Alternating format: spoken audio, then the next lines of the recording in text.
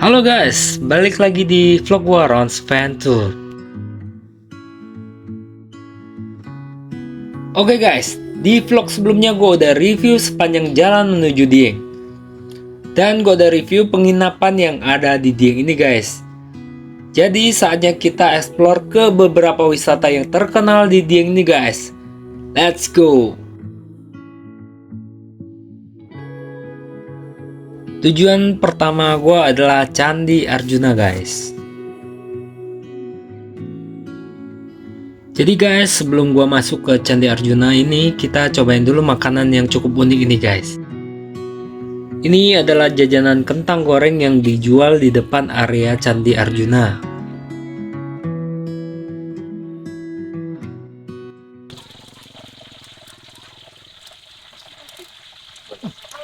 Ini bukan cilok ya. Ini kentang namanya. Kayak cilok. Aja. Boleh ya. Panasin dulu ya.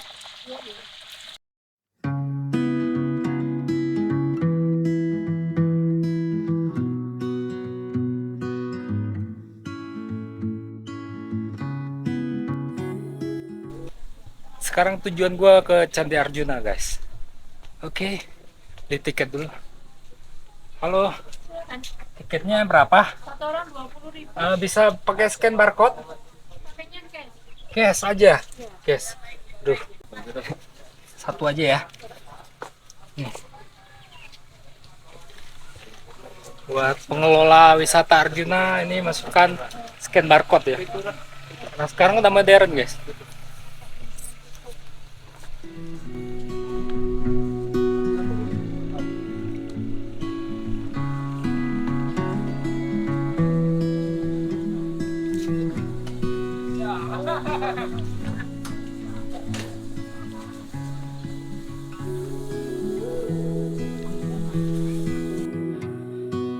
Candi Arjuna ini adalah salah satu bangunan candi di kompleks Percandian Arjuna Dieng. Candi ini juga diperkirakan candi tertua dan dibangun pada abad ke-8 Masehi oleh dinasti Sanjaya dari Mataram kuno. Guys, beberapa bukti bahwa candi ini adalah candi tertua di Jawa ialah ditemukannya prasasti di sekitar kompleks Candi Arjuna yang tertulis tahun 731 Saka atau 808 Masehi. Candi Arjuna ini pertama kali ditemukan pada tahun 1814 oleh tentara Belanda, yaitu Theodor van Elf. Saat ditemukan bangunan candi ini masih tergenang air guys. Kemudian pada pertengahan abad ke-19 baru diupayakan pemeliharaan candi yang dimulai dengan mengeringkan air telaga Dieng oleh Cornelius dari Inggris pada tahun 1856. Selanjutnya, upaya pemeliharaan dilanjutkan oleh G. van Ginsberg dari Belanda dengan dibantu oleh pemerintah kolonial. Lokasi Candi Arjuna ini juga setiap tahun diadakan Dieng Culture Festival. Salah satu acaranya adalah upacara pencukuran anak rambut gimbal.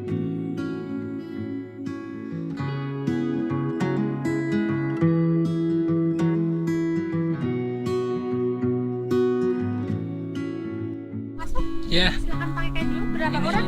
satu orang. Ini bayar apa? Sukarela, Oh, tapi iya. harus pakai. Harus pakai ya. Oke. Ini fungsinya buat apa? Sebagai ciri khas aja. Oh, ciri khas aja ya. Tarik ya. Ini mau celananya dilepas? Nggak usah. Oke guys, kita pakai dulu sarungnya. Jadi ini adalah ciri khas dan bentuk menghormati kita untuk masuk ke tempat suci.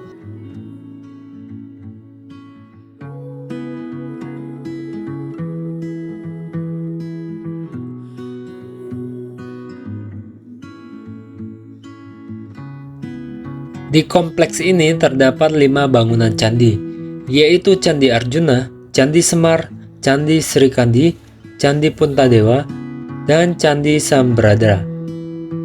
Selain Candi Semar, keempat candi lain merupakan candi utama yang digunakan sebagai tempat bersembayang.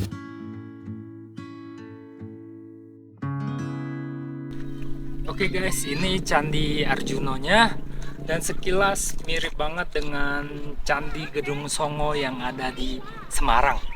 Jadi gue pernah ke Candi Gedung Songo yang ada di Semarang itu, cuman Candi Gedung Songo itu candinya lebih banyak guys.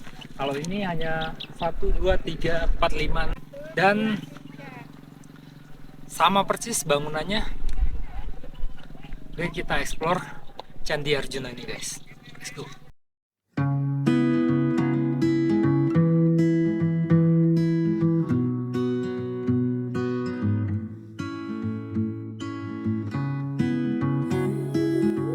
Candi Arjuna merupakan yang dibangun paling awal.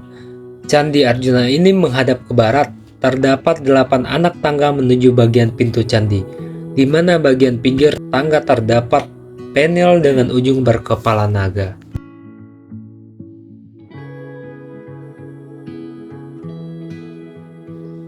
Candi Puntadewa. Candi ini merupakan candi yang paling tinggi di kompleks ini guys. Memiliki dena candi bujur sangkar dengan tangga masuk berundak 2. Di pipi tangga bawah dihiasi oleh 2 arca singa.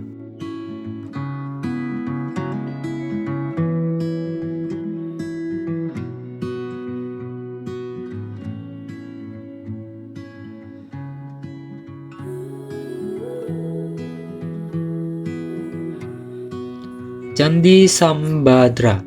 Nama candi ini diambil dari seorang tokoh pewayangan, yaitu Dewi Wara Sambadra, yang merupakan istri dari Arjuna.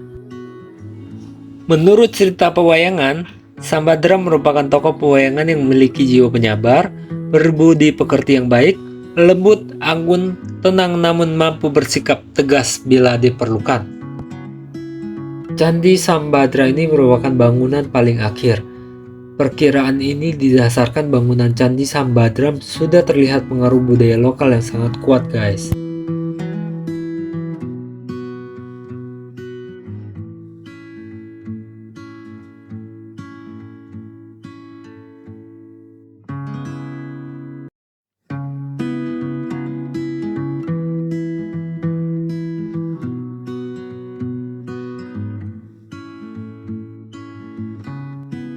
Candi Sri Kandi. Candi ini memiliki keunikan di mana terdapat 3 relief Dewa Trimurti di ketiga sisi tubuh candi, yaitu Dewa Wisnu bagian utara, Dewa Siwa bagian timur, dan Dewa Brahma bagian selatan.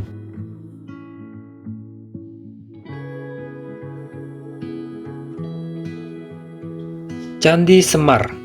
Candi ini berbeda dari 4 candi lain yang menghadap ke barat. Candi Semar ini menghadap ke timur bersemuka dengan Candi Arjuna. Sayangnya candi ini terlihat sudah tidak utuh ya guys, karena bagian atapnya telah runtuh, mungkin termakan usia guys.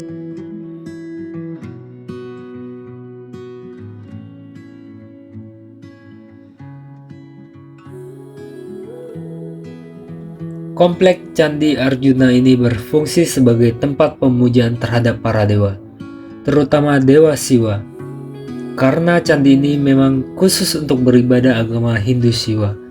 Selain itu juga lokasi candi yang berada di gunung berhubungan dengan kepercayaan pemeluk agama Hindu guys. Umat Hindu percaya bahwa gunung merupakan tempat bersemayamnya para dewa. Gunung sebagai tempat yang tinggi juga dipercaya memaksimalkan saat beribadah. Orang Hindu percaya dengan melakukan ibadah di tempat yang tinggi, seperti gunung akan lebih dekat dengan kayangan.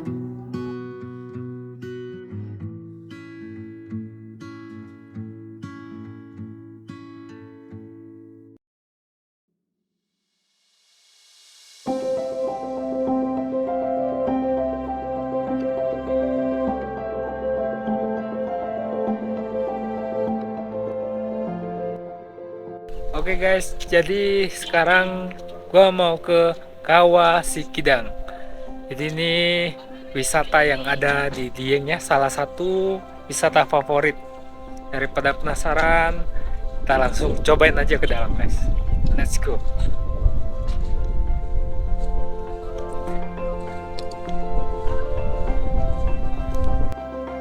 Oke guys, kita beli tiket masuk dulu ya guys. Jadi wisata di Dieng ini kalau gue lihat nggak terlalu mahal ya guys. Untuk tiket masuk rata-rata hanya 10-20 ribu aja guys.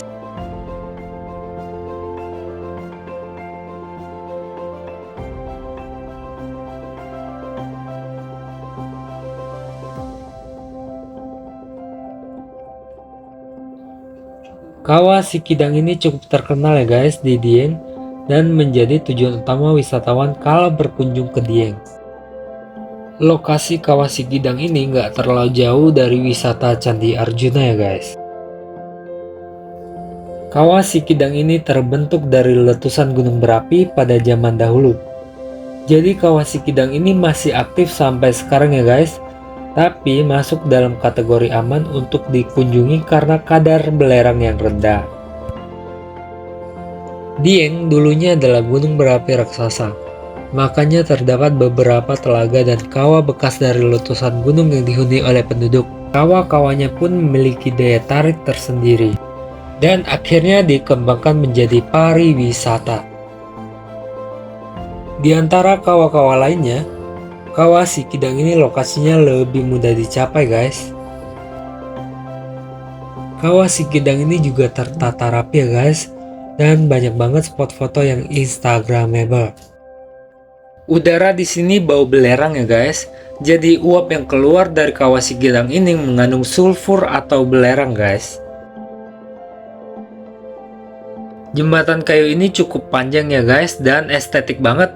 Ditambah juga berkelok-kelok dengan pemandangan alam Sikidang yang begitu indah ini guys. Jadi guys, cerita awal dinamakan Kawah Sikidang ini adalah karena letak kawah utama yang berpindah-pindah. Karena penduduk setempat melihatnya seperti kijang yang melompat-lompat dari satu tempat ke tempat yang lain, maka dinamakan Kawah Sikidang. Sikidang artinya kijang dalam bahasa Jawa kuno guys. Tapi fenomena perpindahan kawah ini hanya terjadi dalam waktu 4 tahun sekali guys. Jika kita datang berwisata tepat pada waktu perpindahan kawah satu ke kawah yang lain, maka kita bisa menyaksikan aktivitas vulkanik secara langsung, melihat semburan lumpur dan asap dari dasar kawah ini guys.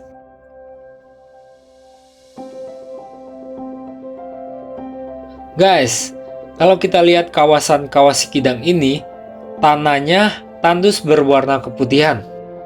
Jadi karena kandungan sulfur membuat tanah sekitar Kawah Sikidang ini berwarna putih guys.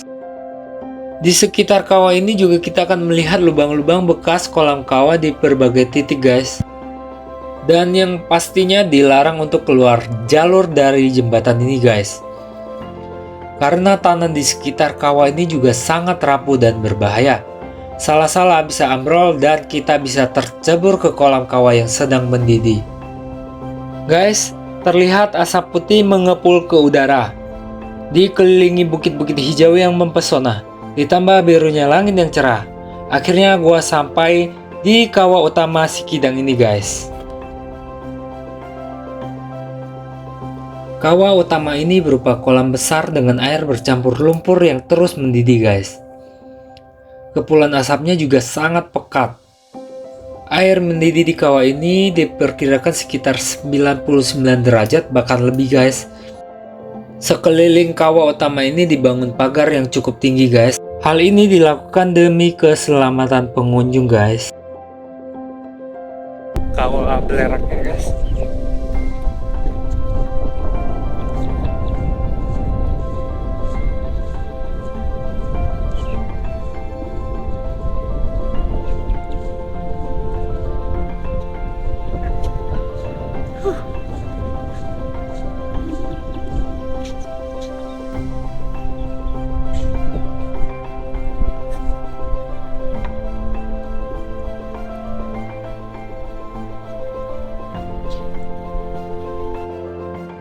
Kawah Sikidang Dieng, pesona keindahannya tidak ada duanya.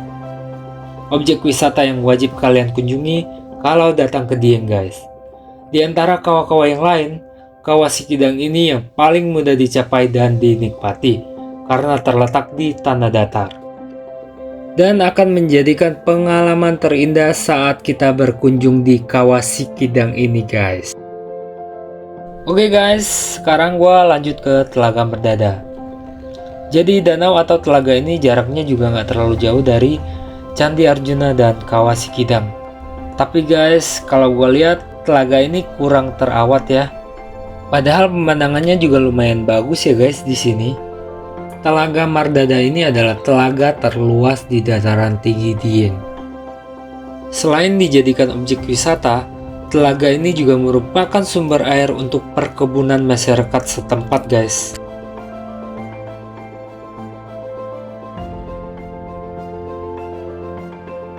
Dieng, negeri di atas awan. Daerah kecil yang menyimpan sejarah dan budaya. Daerah yang menarik untuk kita kunjungi guys.